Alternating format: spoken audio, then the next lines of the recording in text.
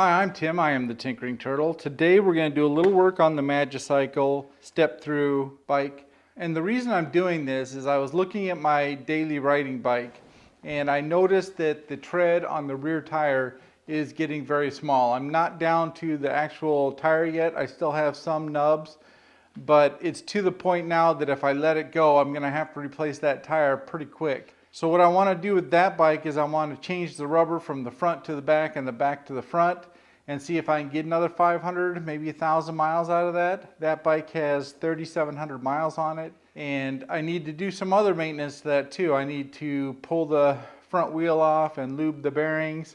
I would like to pull the motor apart and lube the planetary gear in there.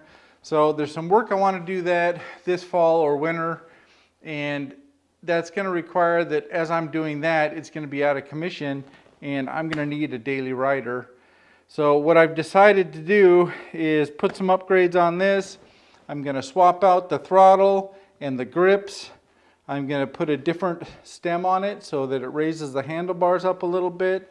I will take the Suntour seat post and Cloud9 seat off my daily rider, and I will put it on this bike. I got a new sleeve so I can do that, and we'll talk a little bit about that in the video. I'll also be throwing a cell phone holder on here just so I have some place to snap my phone in.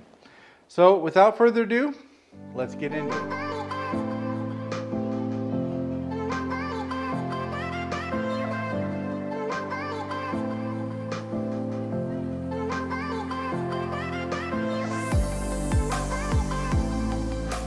So here are the parts that we're going to be using today. I've got a new thumb throttle. I will link all the components in the description of the video. I've got a new set of grips because I'm taking the twist throttle off and I'm going to add the thumb throttle, so I need full-size grips. I purchased lock-on grips so they won't rotate on the handlebars. I got the new shim for the seat post so that it fits this bike, and I've got my cell phone holder here. As always, I'm going to start with a metric set of hex wrenches and a needle nose pliers if I need it. I'm not sure exactly what I'm going to need beyond that, but I'll grab it as I go. In a future video, I'm also going to add Tannis liners to the Magicycle tires to give them a little extra resilience for debris on the bike paths, but that'll be for a future video. I also want to talk a little bit why I chose this stem, which obviously is an adjustable stem. On my previous videos for other bikes that I've done, I used a riser and an adjustable stem.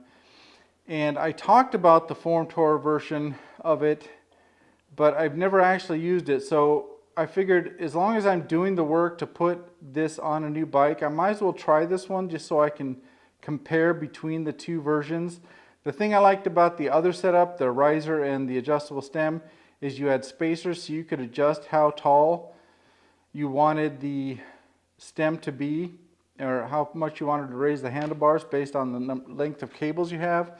This one, you don't have that flexibility, but it is all built into one, and you can rotate this all the way vertical, so you do definitely get a little more height. I may have to swap out cables or get extension connectors to make that work, but we'll see. So the first thing I want to do is remove the handlebars from the stem. So I'm going to take a 4mm Allen wrench and remove the 4 bolts that hold the bracket, the stem bracket, onto the handlebars. I'm just going to carefully move these down, the handlebars down, and let them hang. And then I'm going to put the bracket back on here with the 4 bolts so I don't lose them.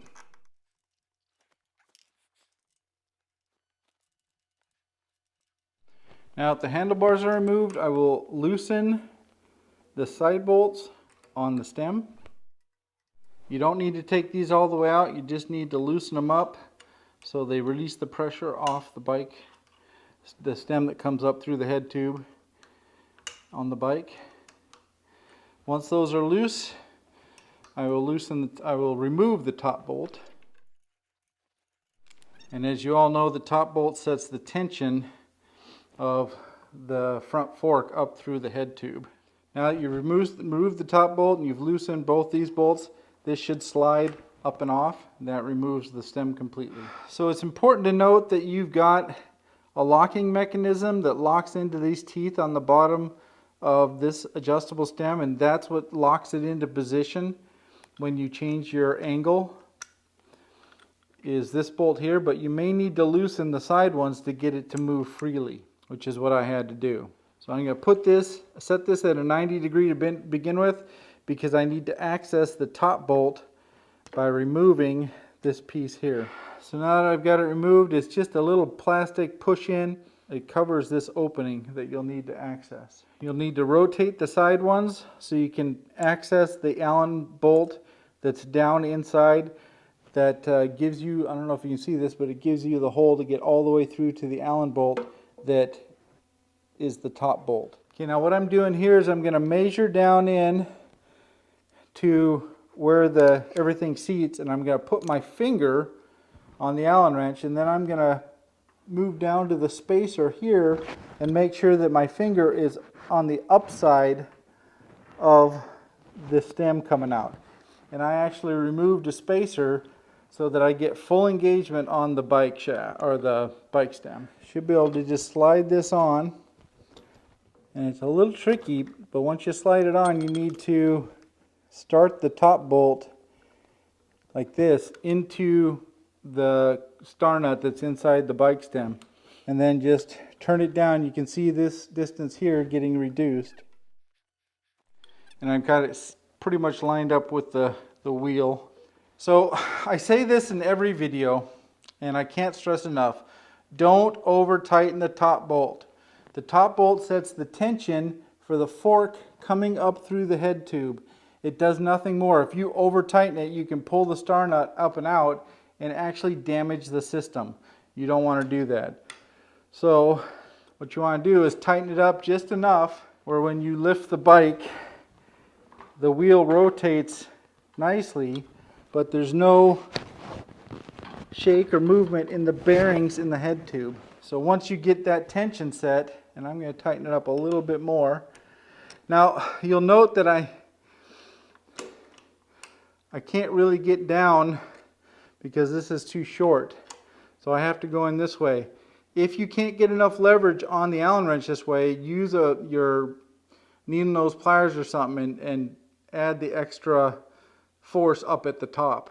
I'm not feeling any movement in the forks through the head tube, and it's still turning very smoothly. So I think I'm where I need to be. Now once that's done, then make sure that this is lined up with the front wheel and tighten down the side bolts. And as always, I bring them both up to snug, and then I do half turns or so to even out the pressure between both of them until they're both tight and snug. So that looks pretty good. I'm going to go ahead and put a little plastic cap back in, and I'm going to remove the 4 bolts so I can put the handlebar back on. These bolts are a 5mm, where the other stem was a 4mm, just for your information. Now I want to bring the handlebars back up, put them in place, and then start the bolts back in. And I will start with 2 bolts put in diagonally. The reason being is I want to set the gap from the stem bracket to the stem to be the same on both sides, and that's easier to do with 2 rather than all 4. So once I get that started, I want to center the handlebar up in there, kind of get it set where if I was riding it that it would feel right. I'm going to bring the stem all the way up to begin with, just to see how that looks. And once I get it all the way up, I'm going to want to tighten this bolt here, which should lock it into place.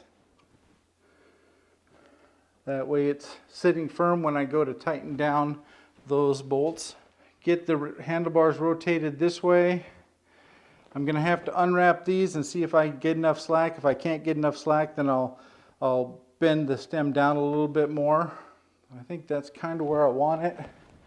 Again, double check that it's centered, which it is. I'm going to tighten that down. Now one thing I noticed right away is that my screen is in the way for me getting these 4 bolts. So I'm going to have to loosen the screen and move it down so I can access the 4 bolts to get this put on. Let me see. Oh, it's pretty loose now. I can just move it. So again, double check. And I don't know how much of this you see, but there's a gap between the bracket on the stem and the stem itself. That gap should be equal on both sides. If it's not, loosen up one side and tighten down the other, because that way you'll get even clamping pressure on your handlebars. Now that I've got those gaps set, I'm going to put in the other 2 bolts, and then I'm going to tension those down. Bring both of the new bolts down to snug. Now that all 4 bolts are snug down, I'm going to do an alternating pattern. Let me show you this. So again, now that I've got all 4 bolts snug down, I'm going to do a tightening pattern, which is I'm going to tighten this one, then this one, then this one, then this one. That'll give me even clamping pressure as I put this front bracket onto here, and I'm going to keep the gaps on both sides the same.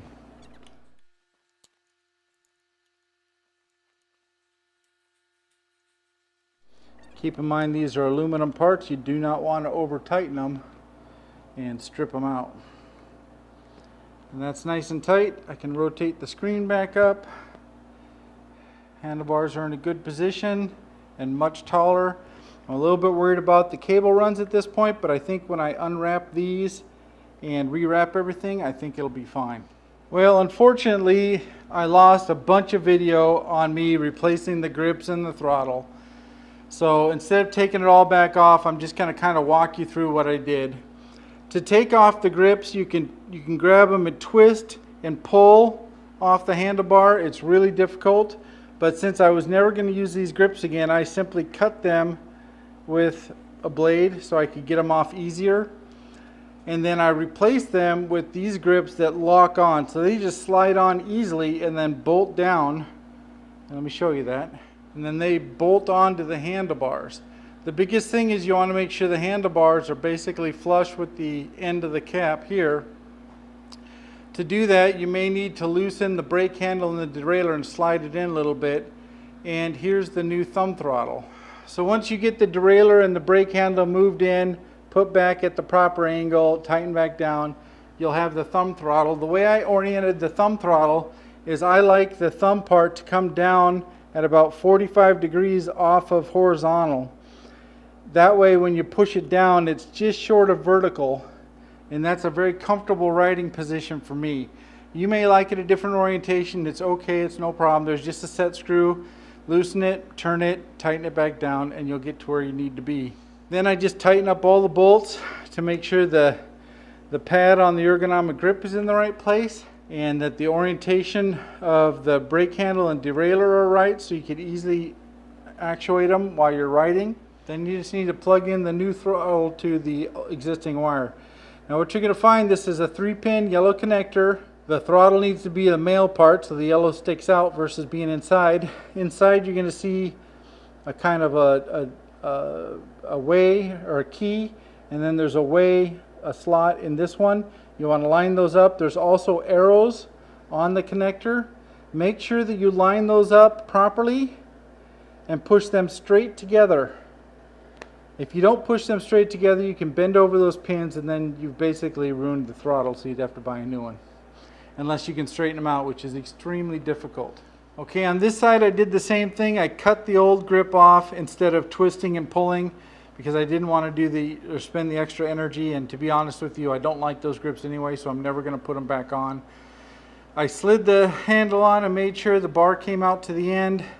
I had to adjust the brake handle and the control in about 1/16 of an inch. I reoriented the brake handles and I tightened it back down with a 5mm hex, and I think it was a 2.5 or a 3mm hex for the control.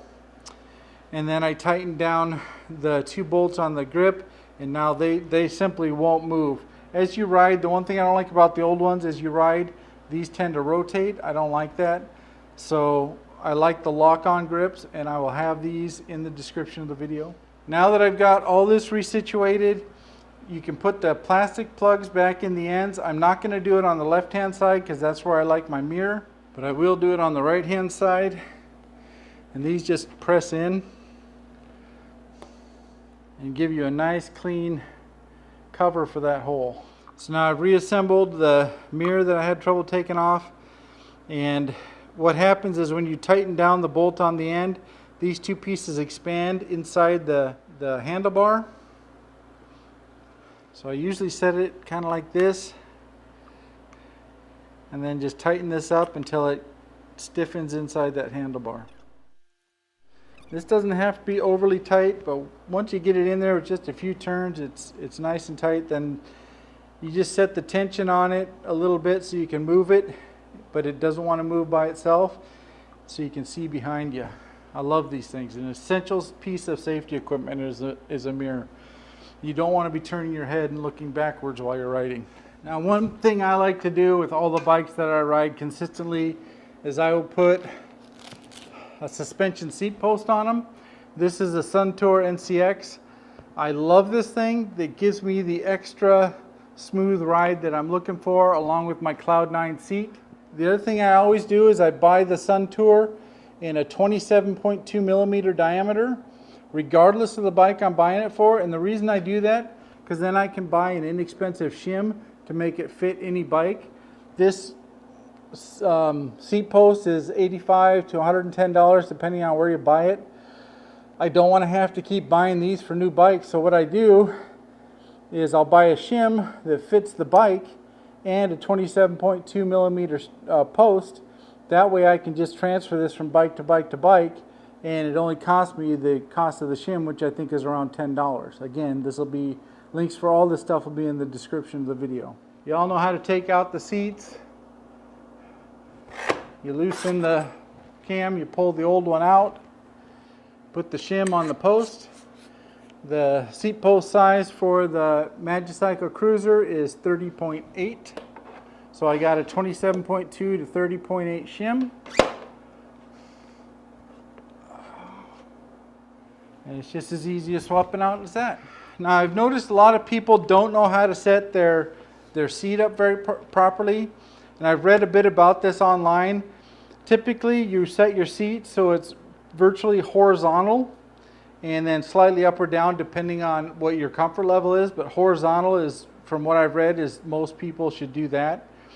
And then to set the seat height, you put your right pedal all the way down and you put your heel on the pedal.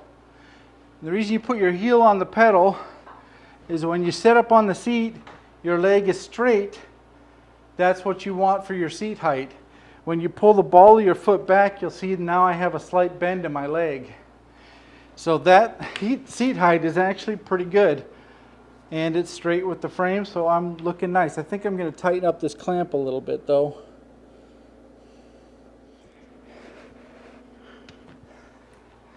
So that seat's set for me.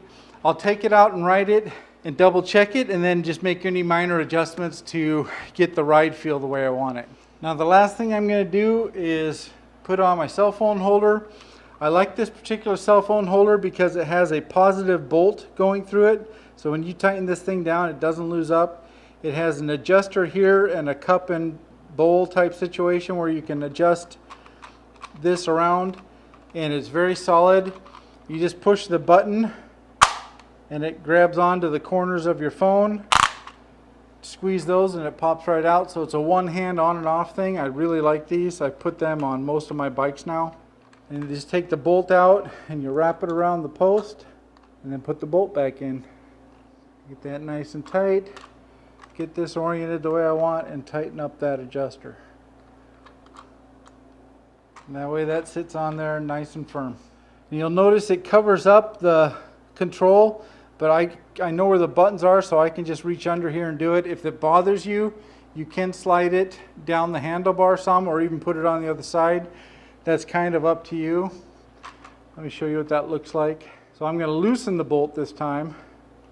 I'm going to slide it down off of the control pad and tighten it back up. Now you can see the control and the cell phone's right there. I don't know how necessary a cell phone holder is. They do make, you can put the phone in your bag, they make necklaces, you can put your phone around your neck so you can grab it and take pictures if you want. So there's a lot of different options. This is just the one I've kind of fallen into, and I put on all my bikes just to be consistent. So now that you've got everything situated to where you want it, definitely double check by twisting your bike 90 degrees both directions, and make sure you're not binding up on any cords or cables. When you turn this way, for example, look at the barrel adjusters, not only up here but down below, to make sure that the cable isn't pulling up out of the barrel adjuster in both extremes. That way you know if you're in the right spot. Right now I'm not seeing anything binding even with raising the handlebars this much.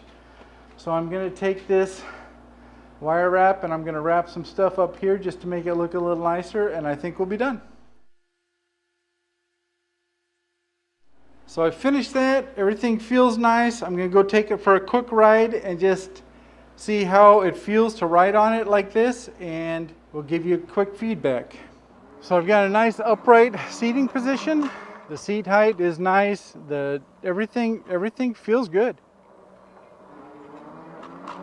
Yeah, that's a nice riding position.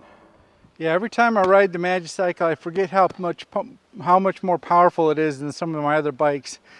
It has got some get up and go off the line, which is really nice. So I've got my Suntour suspension seat post and my Cloud 9 on here. I've put on my cell phone holder, my new grips, my new throttle, and repositioned my mirror. So everything is looking nice. It's all set up to be my daily rider now. Probably one of the next videos I do for this bike, either next week or possibly in September, is I'm going to take these tires off and I'm going to put the Tannis liners in that I showed you earlier to give me a little bit more resilience from something giving me a flat. A very quick side note here. As soon as I finished filming the video, I went out for a ride and this happened. I picked up a splinter and got a flat tire. This would have been a prime example where the Tannis liners would have helped me out, and now I have to replace the tube or fix it. Anyway, back to the video. After that, it's all set up and I'm going to be able to put a bunch of miles on this while I work on my other bike and get it all maintenanced up and ready to go. Anyway, I appreciate you watching. If you want to support my channel, please like the video, share it with your friends. If you want to take a more direct approach, there is a thank you button below each video. You can throw me a couple bucks. I take that money and I put it right back into the channel. If you have any questions, drop me a comment. All the links for the components I used today will be in the description of the video. I will catch you next time. Have a great day.